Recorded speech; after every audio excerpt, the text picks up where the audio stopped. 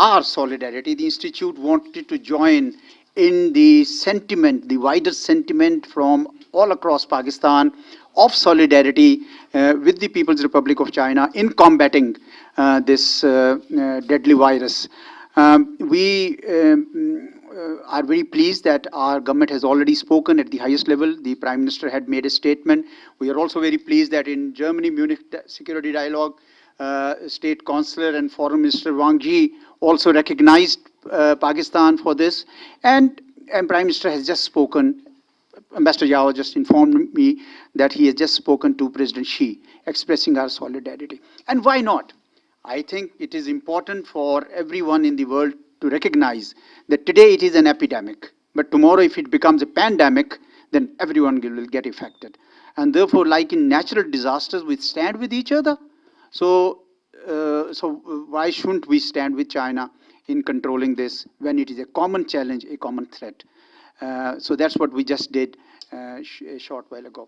Now, Pakistan-China relations are important, and I'm very pleased to see so many friends today present to hear Ambassador Yao. It shows the significance that people attach to this relationship. Pakistan and China's relationship, I have often said, is multidimensional. It's not a linear relationship. It is linear only to the extent that from 1947, or when China became a People's Republic in 1949, up till now there has been one steady strand of relationship, which is that of friendship. And all across governments in China, all across governments in Pakistan, I think we have stood together. There has never been a deviation or a divergence. To that extent, it is a great relationship. We also are cognizant of the fact that the Chinese respect our sovereignty just like we respect theirs. They respect our territorial integrity just like we respect theirs. They have never arm twisted us, and this relationship is well heeled. We see that it's not only political cordiality, but it is now translating into massive economic cooperation. And of course, whenever something good happens, there is a degree of envy that also comes with it, and we do see the manifestation of that envy every once in a while. We can understand that also. Here in this institute too, we've had visitors who have spoken about their reservations for the cooperation that Pakistan has with China, especially on CPEC. That it is a plan to indebt Pakistan, that it will not work in the long term for Pakistan's interests, and so on and so forth. We have addressed these, but no better person than Ambassador Yao to address them, because he's most knowledgeable about it. At the highest level, we have dismissed these allegations based on facts. And still there are some powers, there are some views which continue to be voiced in this regard. We also understand that the recent changes at the global level, particularly the US-China competition, can be a cause of concern for the world.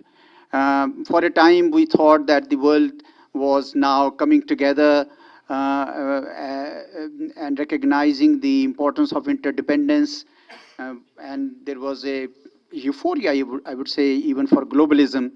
But after 9/11, we started seeing the changes, and most recently, when unilateralism started calling shots, we saw globalism on the retreat. But it was China's BRI which countered that notion and said that globalism and interdependence is still the most win-win option for the humanity. And in this competition, Pakistan, unfortunately, could come in the crossfire, and therefore it is important for us to be sure-footed on what we are doing or what we are following with. For us, Pakistan's relations, as I said, with China is steady and is a rock and is a solid foundation. But our relations with the United States too is important. And we believe that both relationships should work for the common good of the humanity. And we are happy that Ambassador Yao will address all these issues, including the difficult questions that have been posed often, which need to be countered with all the force that we have at our might. Thank you so much, Ambassador Yao. May I now invite you to take the rostrum.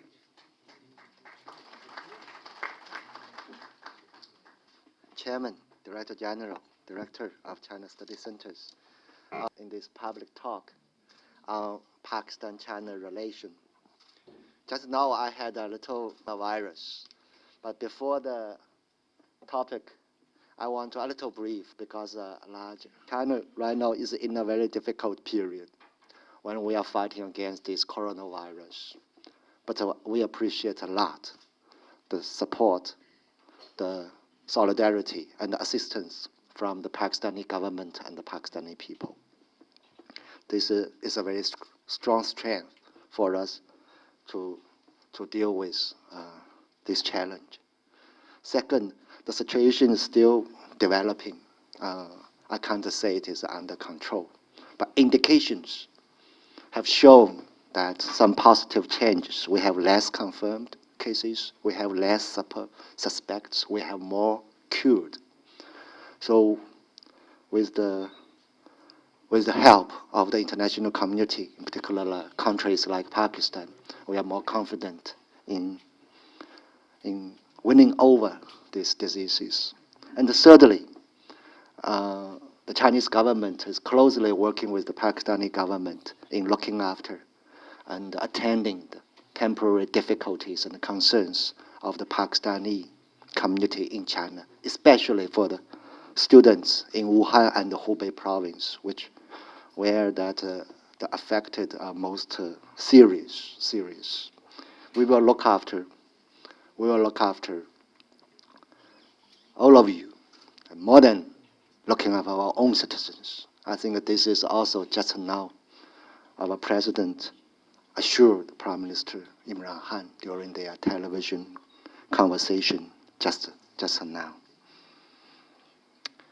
Since the topic is about Sino-Pak relations, so I just basically I think I want to a little elaborate our bilateral relationship, how China looks at our relations with Pakistan. This is the year of our 69th anniversary. Next, on the 69th anniversary. Next year, 2021, we will have our 70th anniversary of the diplomatic relations between China and Pakistan.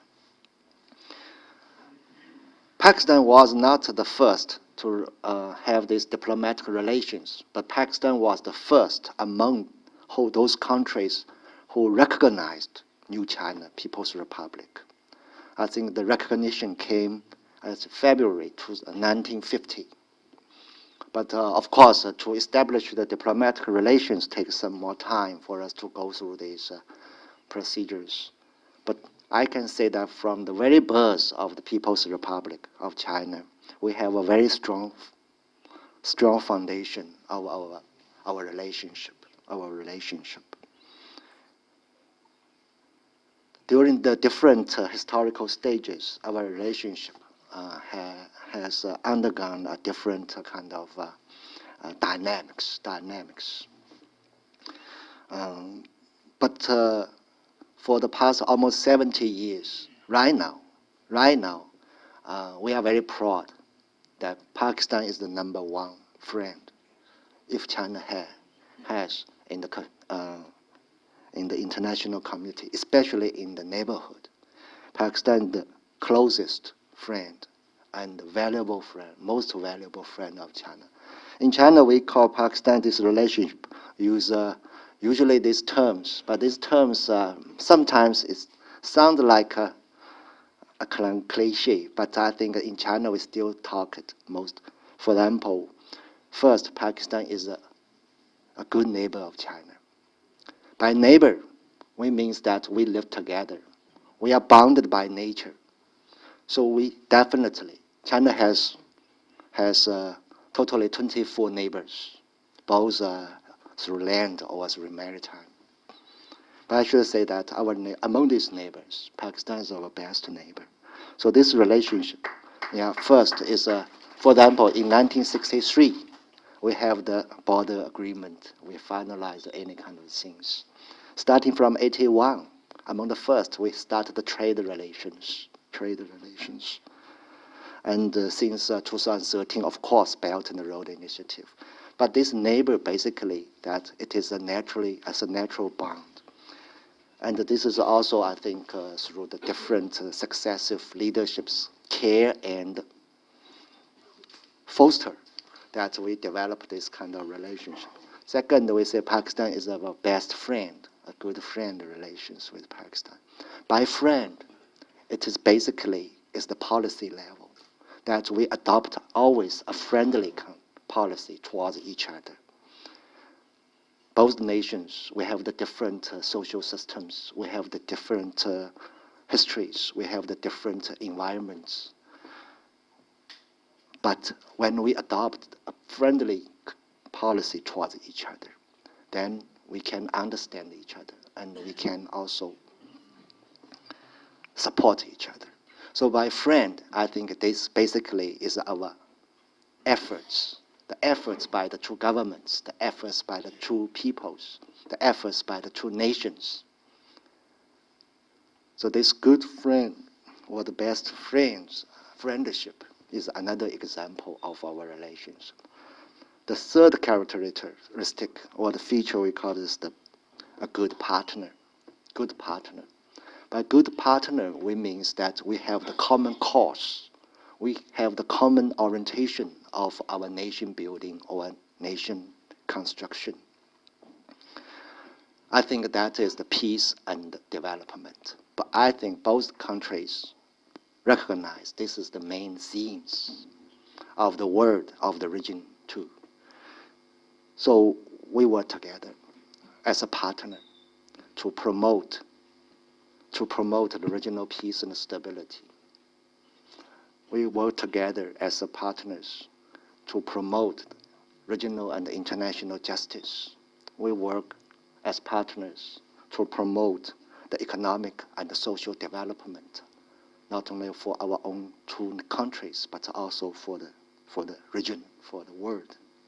So as a partnership, this is also well demonstrated in our CPEC cooperation. I will come to CPEC later on. And finally, there's another relationship. We call both, we are good brothers. And President Xi, during his 2015 visit, he called Iron Brothers, that modern brothers. By establishing a kind of brotherhood, I think that we give our emotion in it. We give our sense of family in it. I think that is a kind of bloodline relationship with Pakistan now. So the relationship between China and Pakistan has this kind of features, has this kind of characteristics that definitely it gains a special attention and a special attention from the both countries, but naturally special attention from the other countries or other regions. Right now, the global situation is quite complicated. With 40 years opening and the reform by China, right now China's economy has reached the second position. And when we have developed some kind of economic strength, some of the technologies and some of the defense capabilities, so China right now, I think, attracted a lot of reactions from the international community. Like the United States in their Indo-Pacific strategy, they put China, I think, as the major enemy rival, at least strategic rivals on that. Which I don't think that this is a real assessment or a real. I think the United States maybe they want to create some kind of threat for their justification of their global hegemon or global unilateralism. But anyway, China is under kind of pressure, under kind of attack, but not a military attack or security attack, but a kind of containment from the Western countries. So you can see whatever happened in China could be a tool, even like this coronavirus. When the people are dying, when the people are suffering, but still we have to have a lot of time to deal with these propagandas, this attack on our system, attack on our practice. So this is, I think, why that China is attracting this kind of attention. But naturally, because of this special relationship between China and Pakistan, so this Sino-Pak relationship is also attracting these attentions and sometimes even attacks. I think that, like the CPEC. But CPEC is not the whole of our relationship.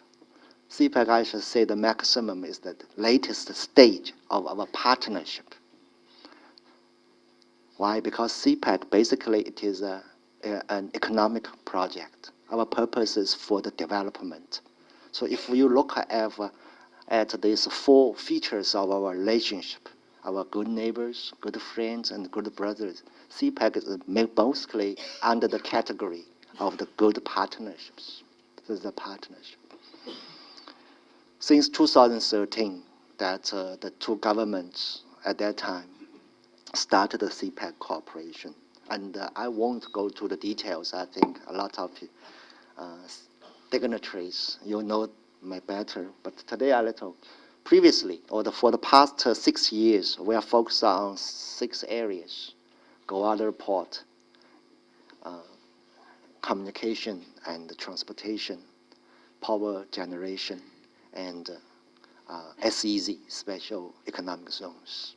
So after 5 or 6 years, right now, totally, I think 16 projects have been finished. There are still 16 projects ongoing. Most tangible achievements is the power plants and these motorways, the upgradation of KKH and the Motorway 5, and also that the Gwadar Port. It is started commercial operation and functioning. Then we can have after 2018, the next phase, or that, because an election was held and the new government has been formed. And after consultation, because naturally a new leader, a new prime minister, a new government, they have their own vision of development, their own policies of economy. So we, starting from the September of 2018, that we start to consult with the new government about the CPEC. So we have several, I think, consensus. First, CPEC is definitely still the major part of our partnership between China and Pakistan. This is our major joint venture between the two countries. So for the ongoing project or this previous project, both sides will keep them moving, keep them functioning. Second, for the second stage, for the new stage of the CPEC, both the governments will start the planning and the scheduling after different sectors consultation. So since then, Mr. Imran Khan, the Prime Minister, visited China three times, I think, for 2018 and 19. And each visit, both the leaders will discussed about the CPEC and other cooperations.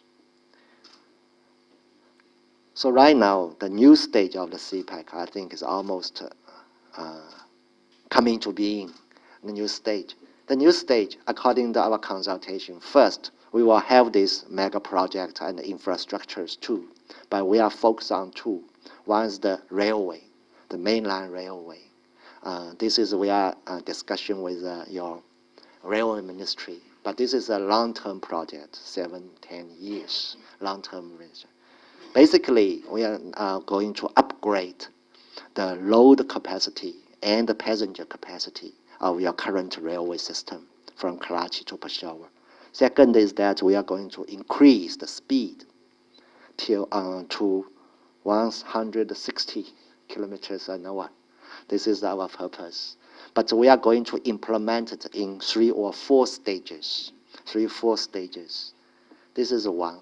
Second is that still because of the shortage of the electricity here, so we are working on some hydropower stations in your northern parts of the Pakistan. And also we are also having some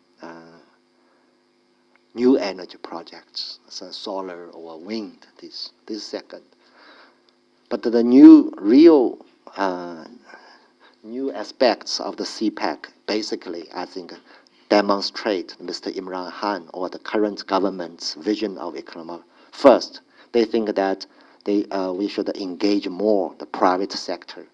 So more focus is given on the industry cooperation. So during the first visit by Mr. Prime Minister to China, we signed a framework on the industry cooperation. In the previous stage, we do have this SEZ, Special Economic Zones, but it was a little slow. So right now, after this years, only one SEZ, Rashkai in KPK province, has been finalized. And right now that the local government and the Chinese partners will develop the facilities and this. The industry cooperation under the vision of the new government, in fact, it is more broader based. That is all the joint ventures between China and Pakistan. All the FDIs coming from China should have the similar incentives or similar policies like these factories in SEZs.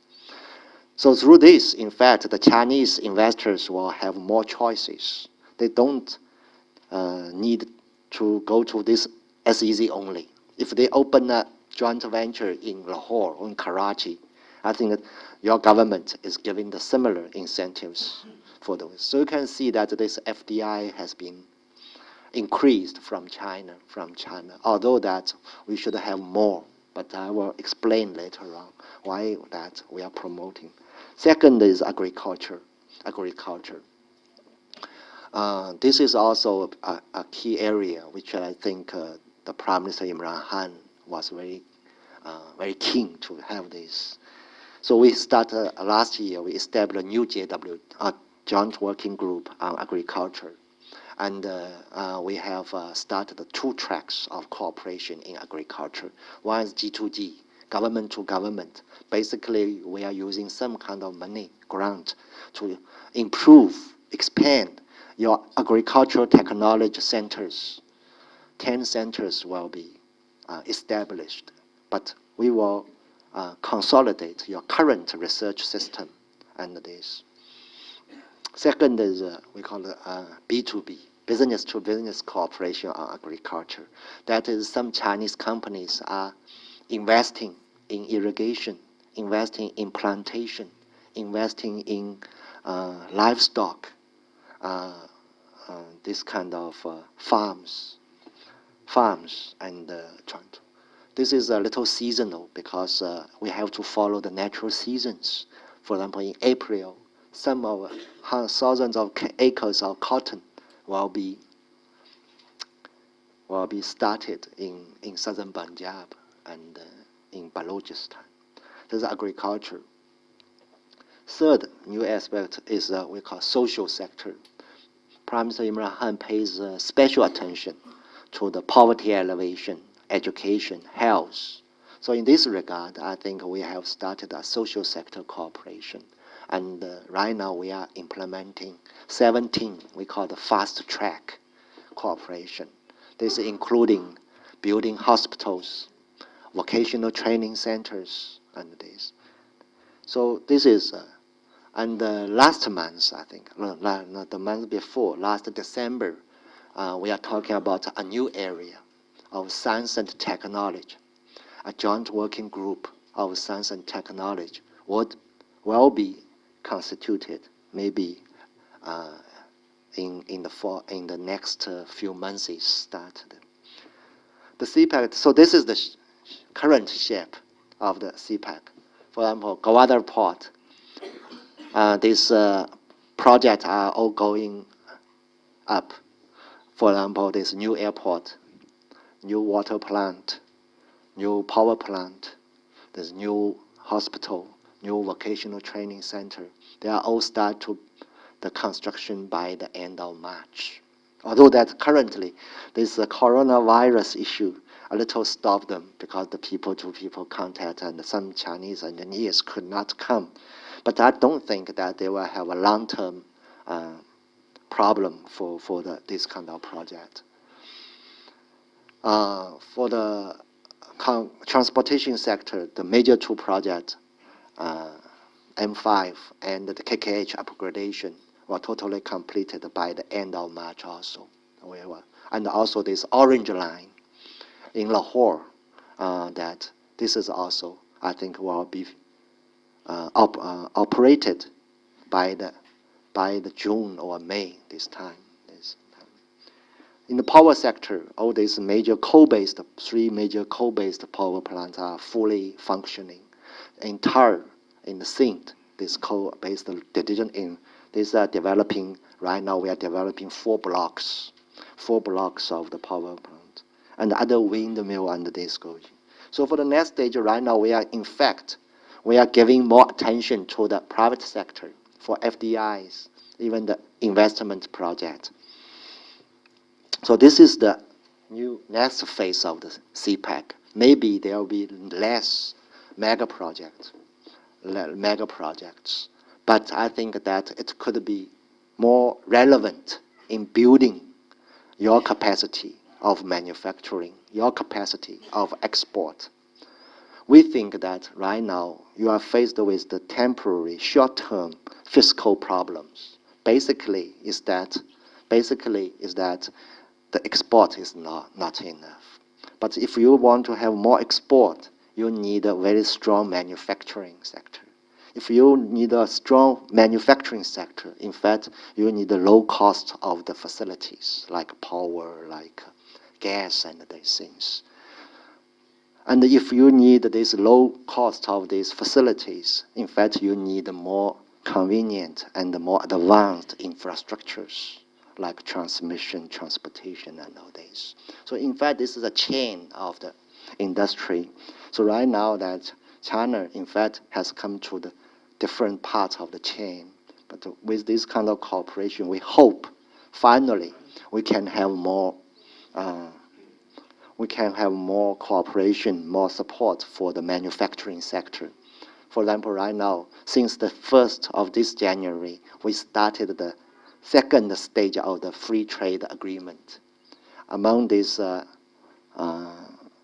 75% of your major export to China could benefit or enjoy the zero tariff. So in fact, our market is open to Pakistani products. As long as you have the competitive products, as long as we have a huge market waiting for you. Second, we are going to have this business cooperation, is that our government is ready to recommend some partners for your major exporters or major manufacturers. We are coming with capital, we are coming with technology, we are coming with equipment, but more importantly, we are coming with our share of the international market.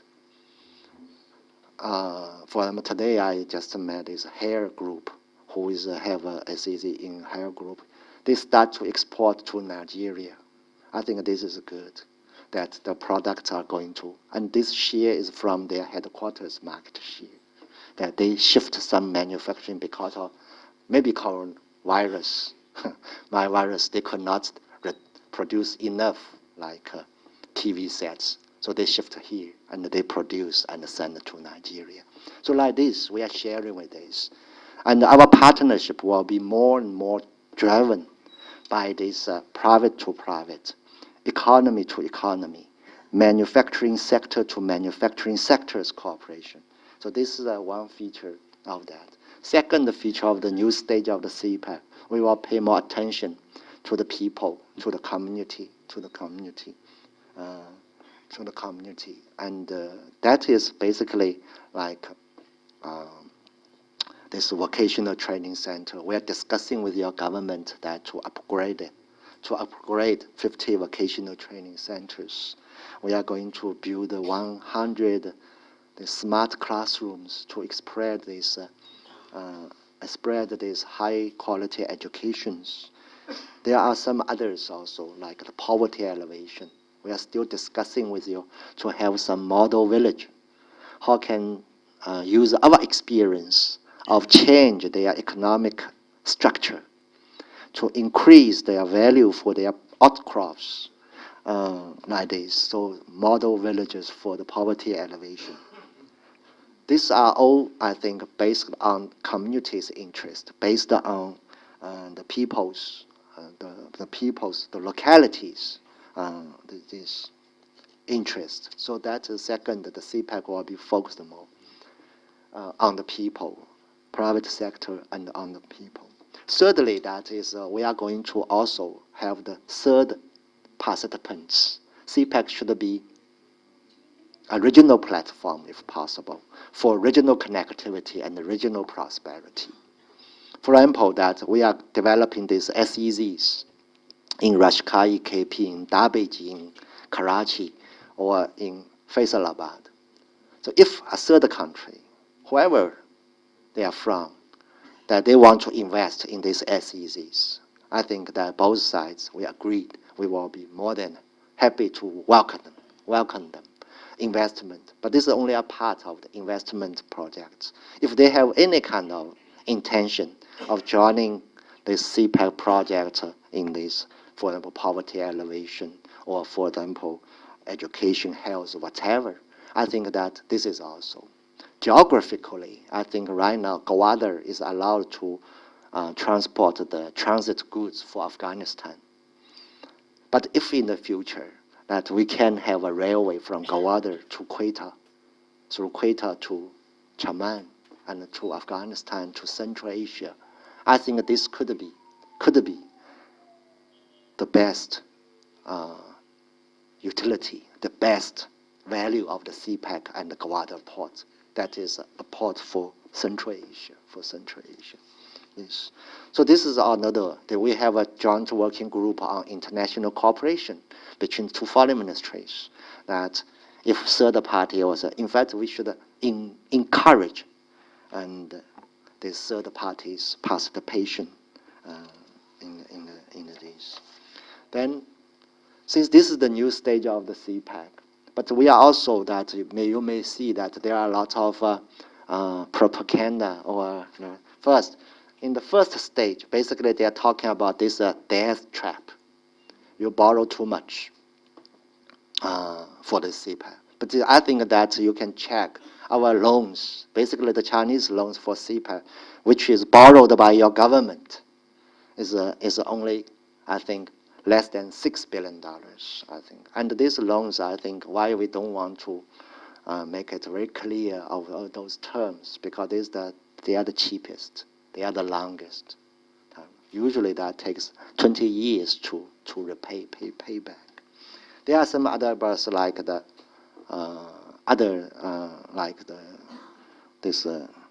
less local participation. These are basically the Chinese people are doing that. In some projects, it is true because there are more Chinese labor even than the local. But we have a statistics of all these current operating more than 30 projects. most of the local, more than 63% of the contract is implemented by the Pakistani companies and the locals. Only some part of this, because this CPEC previous stage, they have a very strict time frame.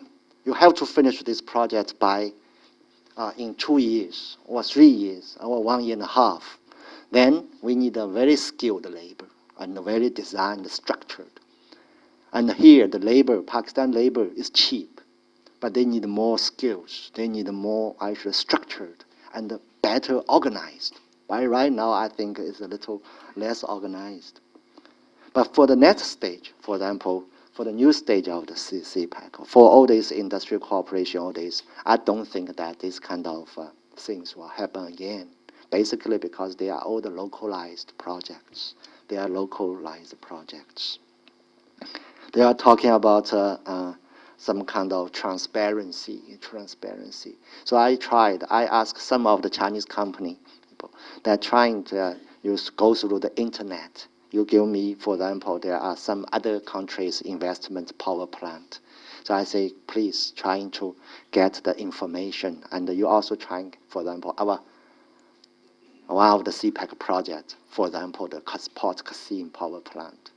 And we found this Port Qasim's, this plant's information is much more than the local IPP projects, especially that they are from the gas-based some kind of these. So in fact, that this is not a kind of real problems. In fact, it's a perception. And as I said, that because our relationship is under kind of exposure, is a kind of attention by some kind of some countries. So whatever you do, whatever you improve, you will never be well received or looked at by these countries, because their starting point is just want to defame you, give you this bad name, like in China right now. So here, I would like to say is that because I also found a lot of local, domestic in Pakistan, domestic and the local suspicions and things. I want to just say this. If you have any inquiries, please, if you write an article or write a news line, check with us if possible. But more fundamentally, I would like to say that both China and Pakistan, we should have a confidence on our relationship. China is not coming here as a colonized power, something like that. Really, as I said, this is the real intention of China, is that we want to see an economically strong Pakistan, a really strong Pakistan, because we think that China's development could not be sustainable without the development of the neighborhood, in particular with our partners like Pakistan. So this is, I think, the next phase of the CPEC. But it is natural. We are also expecting that there will be more and more different noises about CPEC. But I think if we take into consideration of the overall situation faced by China, faced by this relationship, this is, I think, they will not stop they won't stop our cooperation, and of course, they won't stop our progress. One thing is clear. So far, right now, the two governments, the two peoples, I think, still, we are committed to this relationship. We are committed to the CPEC. We are committed to the common prosperity. We are also committed to the regional peace and stability. So I would like to say these words as a briefing about, if you have any questions, most welcome. Thank you.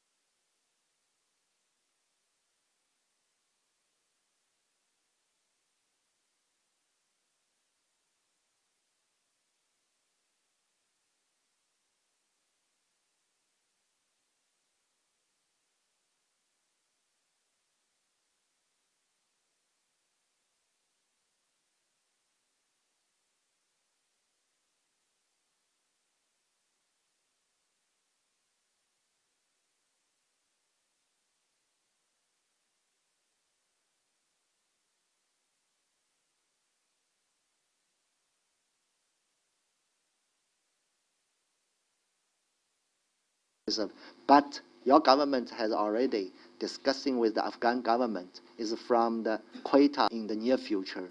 This is a very, very easy project. After to connect Quetta with, I think, with Kandahar, and through Kandahar with the in Afghanistan is a big problem. To that. Then regarding the regarding this, you know that this kind of attack by the United States and other countries. I think first we natural because China right now is in such a kind of position, and although that you don't want to confront, they want to confront you. So I think this, but I think second, China is still not in favor of this confrontational mood or these things. So when they are talking about CPEC, usually we use the facts, figures, and the realities trying to know. But I have to say that because the United States or the Western media, they are so powerful, they are so prevailing, that sometimes our figures, our realities or things. So I'm thinking is that also I tell my government, the China, and also I tell your government that let's do a good job about CPEC. Let's do a really deliverable CPEC, and to get the more understanding of the people, to get to more benefit to the people. I think that finally the fact will prevail. So this is my understandings. But we don't expect a very benign or a very good intentional United States, because I think their strategy or their mindset has determined that this is not expected from them. Of course, we will do our best to let them know what we are doing, what we are planning, and what we are delivering under the CPEC. But I think this kind of attacks will continue. Like this Wall Street Journal, this some sick man and these things. I think that this is a very simple answer. That's very difficult to reason with a sick mind. Yeah, I don't want to reason that. This is very, very difficult. I think one question you might still wish to address. There was a question of that the auditing of some of the coal projects has started, especially the Sahiwal coal project and the Port Qasim. So he was asking whether you were involved in that.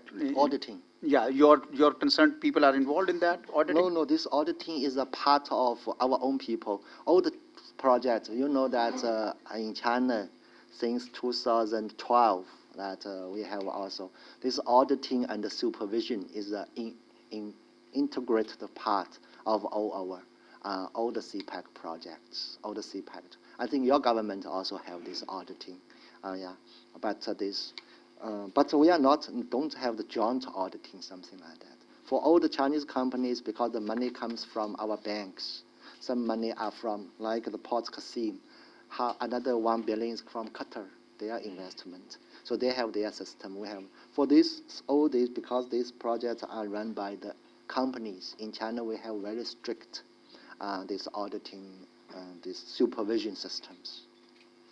Okay, thank you. The lady there.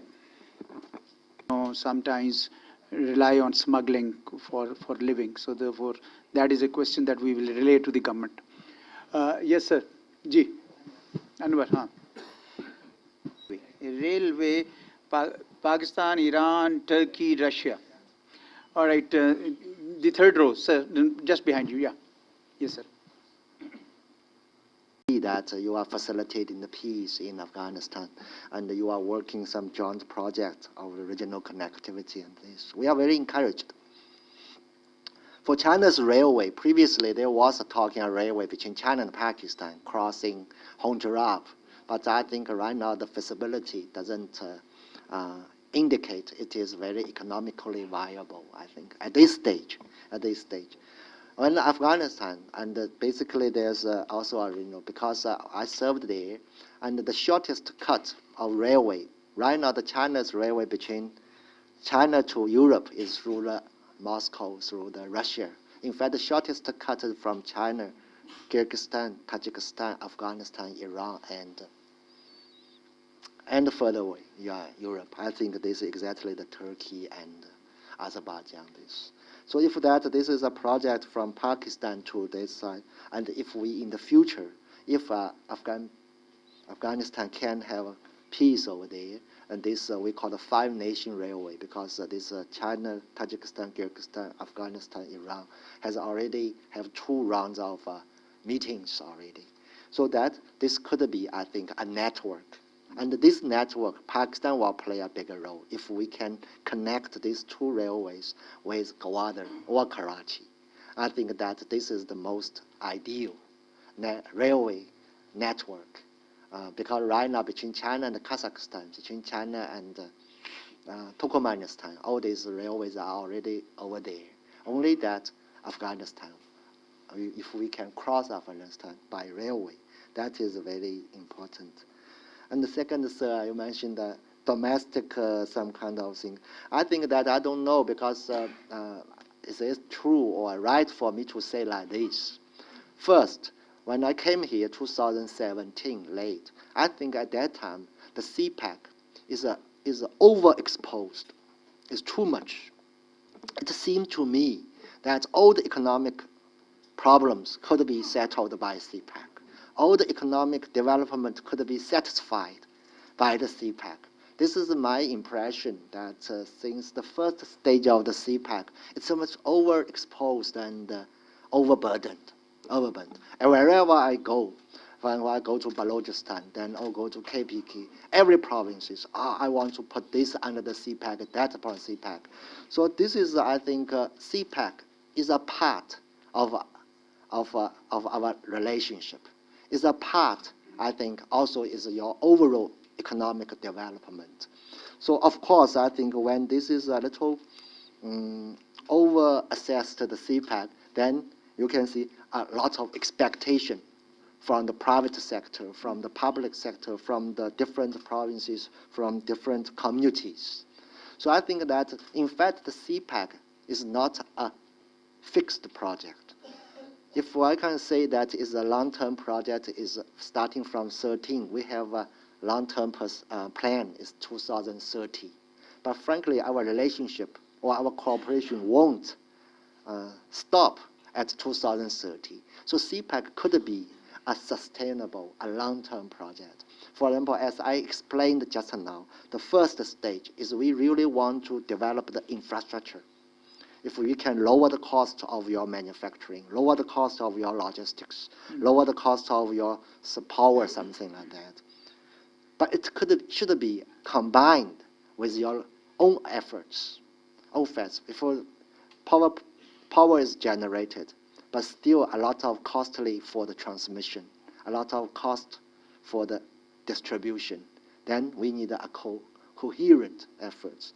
So I think that is limited, because this is only a very beginning stage of the CPEC.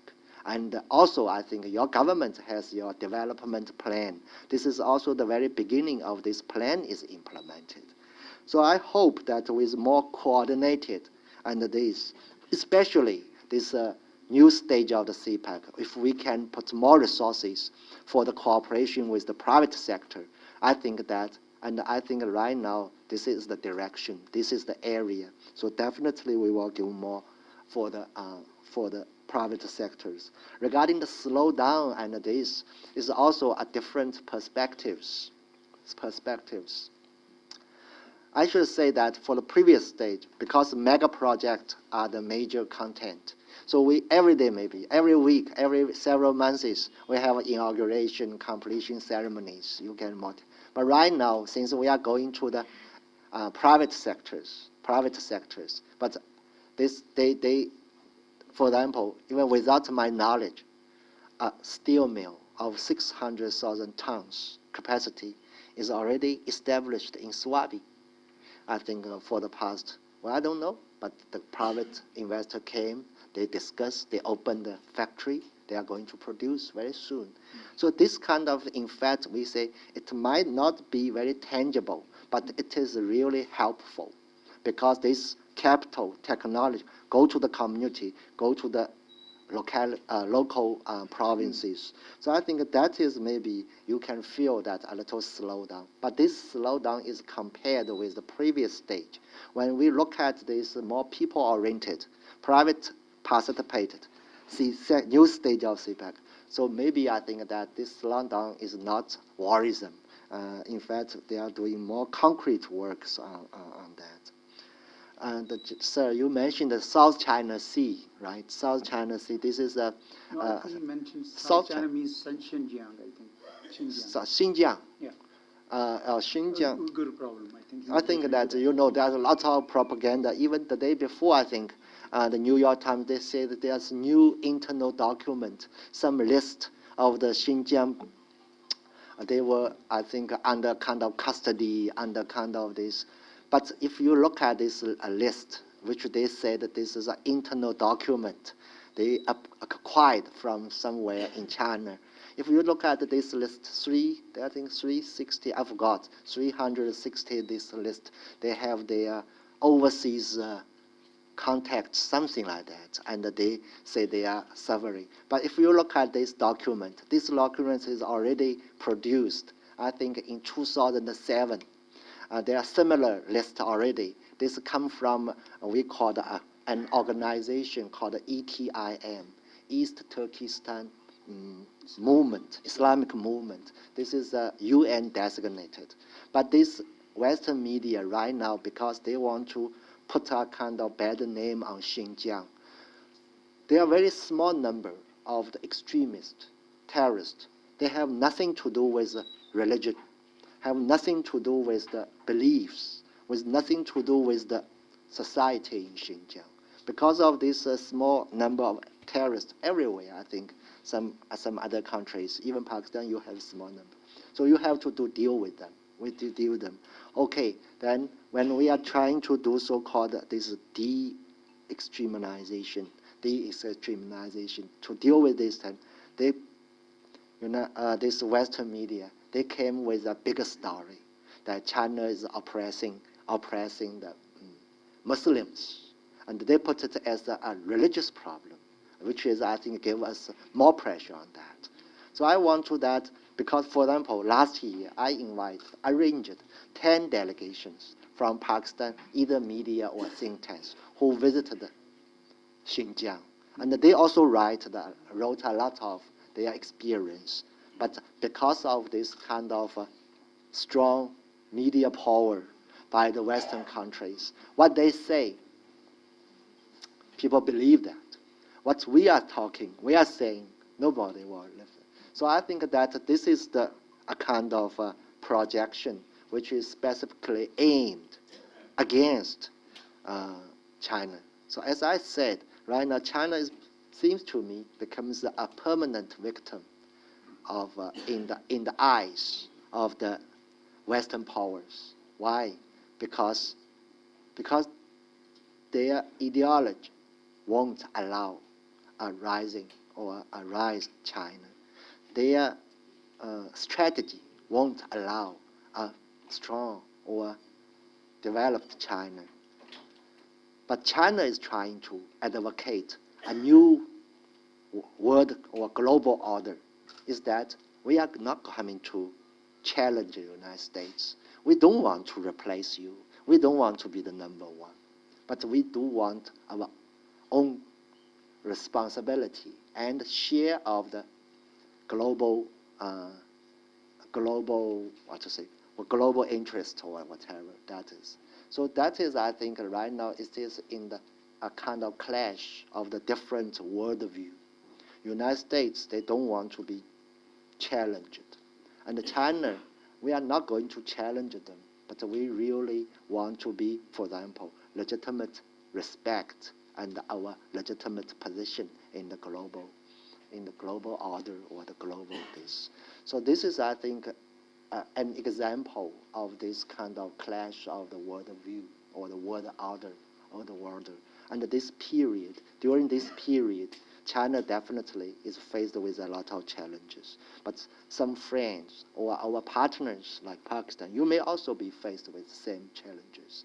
So we hope that we can develop a kind of we call a peaceful coexistence, or that a new state-to-state relationship based on mutual respect, based on justice, based on this kind of win-win cooperation. This is what we advocated. We want to build a community of the shared future, of a shared destiny, because this world doesn't belong to the United States only. This world belongs to us as a whole. So this is some kind of reflection I'm thinking. So this is also the reason why that China is becoming more and more as a target. So I say that whatever China does, you will never appease United States or other world powers. No, no way. Thank you. Thank you. Let me add here something of my personal exposure. I have visited Xinjiang twice, but in another trip, I also went to Xi'an. And in Xi'an, they took us to a bazaar or a marketplace. Raise these questions that why would China invest so massively in a country that is at war with one of its neighbor? I mean India, and the next neighbor is ruled by non-state actors, I mean Afghanistan. They say that it will land Pakistan in a pool of debt. No answer from our side. They say there is always friendship between two equals. Mutual relations is on give and take basis. They are still mysterious and they still want the answer that what has Pakistan given in return. So these are questions that need reply from your side, and the reply should be stunning and it should hit in headlines in international press. Right. Okay. Thank you. Thank you. Thank you so much. Let me, Ambassador, before you address, I must add that China is not responsible for alleviating all utilities and other problems of Pakistan. It's not the Chinese job. It's the job of the government of Pakistan, government of Balochistan, the city governments to provide that. I just want to make it clarify this point, because we should not place the burden where it is not placed. And yet still you can answer the question. Yeah. First, yeah, I met Maulana Fazul Rahman. How do you know? This morning, the first morning. No, basically, I think as a leading politician in Pakistan, he came to our embassy to express the solidarity and also sympathy of coronavirus. I think that second, that this JUI, this political party, had a long-term relations with the Communist Party of China. And thirdly, that in China, for me, that I'm reaching out all the political parties and all the people. So basically, we talk about, I appreciate his solidarity and his kindness in coming, and he also wrote a letter to me about that. Of course, we discussed some of his views of the situations, I think. That for China, I think for all this, they are all my friends, they are all our friends, and we respect their views. But we really want to see that the stability and the development of the current government. And then just finally, I got it. Is last November. It takes 2.5 years to finish this 300 megawatt power plant. So you have to wait 3 more years to have the full supply of the power. Second, fresh water. We are going to donate 5,000 tons per capacity of this desalination water plant. So far, the land hasn't been finalized. We have to deal with all that. And also, China, because we are developing the Gwadar port. But I know, but if you can also ask your government, some local governments, to move faster in moving this kind of thing, that will be a great help for us. This is a great help for us. And also regarding the investment in Pakistan, why are this and this? I think firstly that when China is want to do anything external, China want to do anything in the world, we have to say which is our first partner, who we want to. China is not blind. We know who are good to us, who are not good to us. China's money is not from the sky. China's money is also a hard earned. Yeah, we wake up at 7, we sleep at 11 p.m. And this money is also very much needed in the western part of China. But we put, this is, I think, our confidence. And I think, our confidence for Pakistan. And a real intention that Pakistan should be and can be our real, I think, partner of the prosperity. So I think that even this kind of investment, this kind of CPEC project is a special, I should say, is a special relationship. But unfortunately, because this CPEC, I can't say CPEC is perfect. We just start for the past 5 years. So definitely it could be further perfected, further improved. But sometimes I think that a kind of over-expectation, a kind of overburden for CPEC is a little difficult for us. That it could not fix all the problem within these 5 or 6 years. China, our economy takes over 40 years to come out of the poverty, to come out of this low development. And here, we hope that maybe in a much shorter time, we can help and we can, along with Pakistan, to have a brand new development. Investment is a part of that. Why China choose Pakistan, I think this is a choice by our leaders, by our government, by our people, because only that if China's money is in Pakistan, the Chinese people will never say no.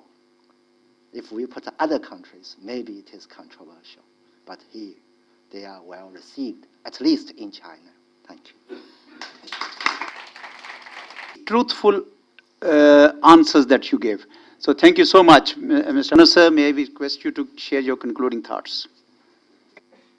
I won't tax your patience. State of Pakistan, China, unique relationship, and how now, with the passage of time, economic content is being added, more people-to-people contacts are being encouraged. CPEC has already been completed, which has brought great,